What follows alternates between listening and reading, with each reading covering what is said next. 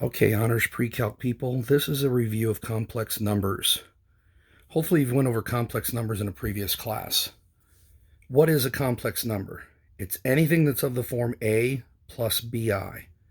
A and b can be any real numbers, and I is the square root of -1. Now you guys know that you can find this on your calculators, and hopefully you can see my calculator screen and there's not too much of a glare. Right here, if you hit second and the decimal point, that's the I. Here, I'll zoom in a little bit so you can see it.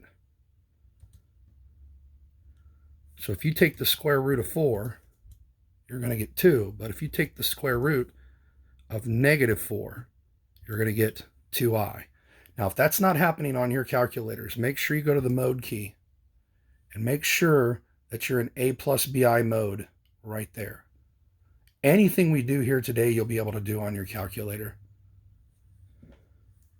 Now, what are some examples of complex numbers? 2 plus 3i is an obvious example of a complex number. Let me zoom back out here. 2 plus 3i is a very obvious complex number, but a lot of people don't realize when it's 0 plus 4i. If you just see 4i, that's a complex number. It's just a 0. Real numbers, any integers, any fractions are complex numbers. You just add 0i. 2 plus 0i is 2. So all real numbers are complex numbers. You can use any real numbers. You can use radicals, you can use pi, you can use fractions. Any of those are examples of complex numbers. Now, what do you do when you add and subtract complex numbers? Here are two examples of complex numbers. I've got 2 minus 3i and I've got 4 plus 5i.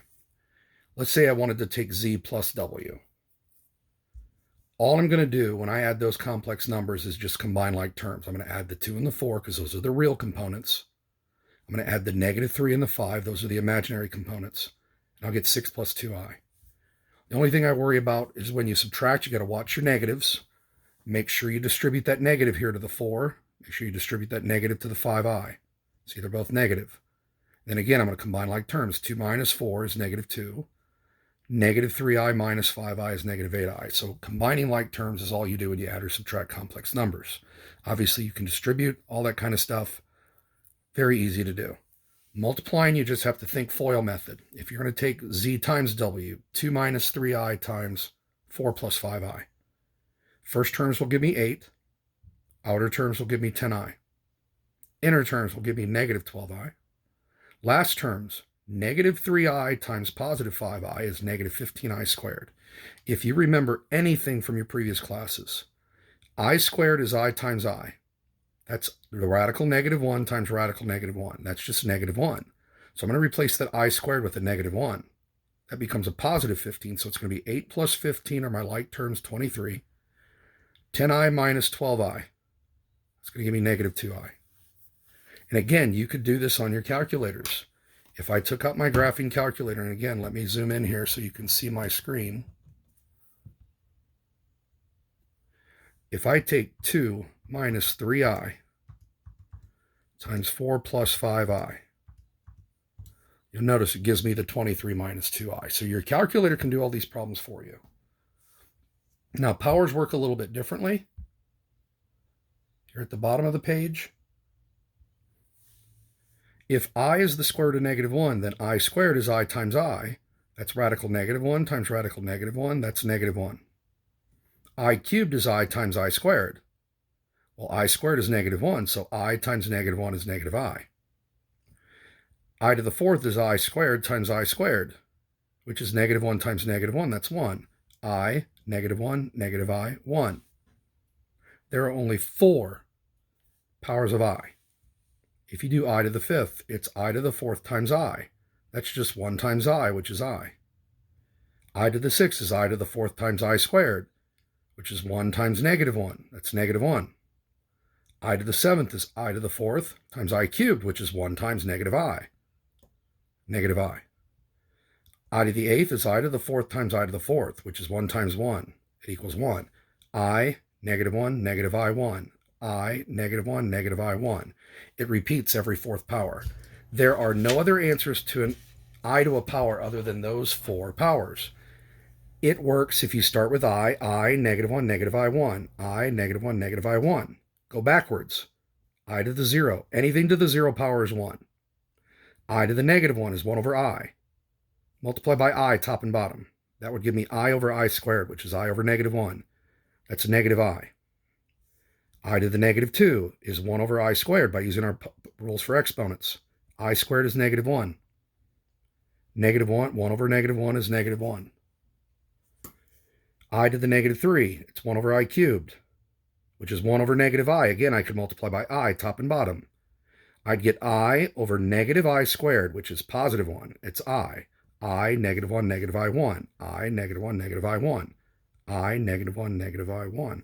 The pattern flows through the entire set of integer exponents. Now, what happens if you get a big number like this and you just don't want to count that far? All you have to do is look at the last two digits, the 27. 300 is divisible by 4. 5,000 is divisible by 4. Just look at the 27. What happens if you take 27 divided by 4? You get 6 with the remainder of 3. Just look at that remainder, that top number on that mixed number, that 3. The answer is I cubed, which is negative I. The answer to this problem is negative I. If you look at this problem, this is 3,212,513,710. Who cares how many places there are? Just look at the 10. 10 divided by 4, there'd be a remainder of 2. This is I squared, which is negative 1. The answer to this problem is negative 1. Now, if we want to do any division, we're going to need what we call complex conjugates. You guys know what these are. We've talked about these before. A plus bi times a minus bi. The first terms would give me a squared. The outer terms would give me negative abi. The inner terms would give me abi. Those two terms would cancel. And the last term would be negative b squared times I squared. And what did we say I squared was? It's negative 1. Negative 1 times negative b squared is positive b squared. So when you're multiplying conjugates, all you have to do is take a squared plus b squared. There's going to be no i's in that final answer. How does this come into play when we want to divide complex numbers? What you do every single time, if there are i's on the bottom, that's like having a radical on the bottom. You can't have it. So multiply by the conjugate of the bottom. This is 4 plus 5i. We're going to multiply the top and the bottom by 4 minus 5i. I'm going to FOIL the top. 2 times 4 is 8. Outer terms gives me negative 10i. Inner terms gives me negative 12i. Last terms gives me plus 15i squared. And again, what's I squared? It's negative 1. Negative 15 plus that 8 gives me negative 7. These middle two terms combine to give me negative 22i. Now, how do I do the bottom? You don't have to FOIL the bottom. You see the two numbers, 4 and 5. 4 squared plus 5 squared. That's all you have to do. 16 plus 25 is 41. Look, if we split this into two fractions, a plus bi. This is in complex number form. If you add complex numbers, you get a complex number. If you subtract complex numbers, you get a complex number. If you multiply complex numbers, you'll get a complex number. And look at this. If we divide complex numbers, we end up with a complex number. Hopefully this will help you remember everything you're supposed to know about complex numbers. And the main thing we're going to talk about when we start chapter 12 is complex numbers on a complex number plane. How do you graph complex numbers?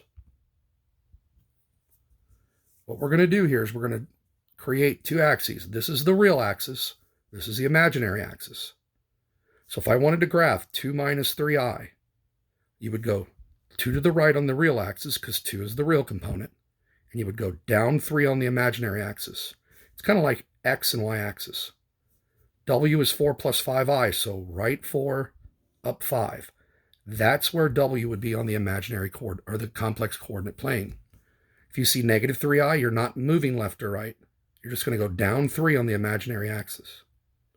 If you have a real number but no imaginary component, this one right here, you're just going to move along the real axis, minus 4. And now that we can graph complex numbers, you know what we're doing next. We're going to convert these complex number coordinates to polar coordinates. We're going to use r and thetas. That's what's coming up in Unit 12. You'll see that in a little bit. Hope all of you are doing well. Hermdog out.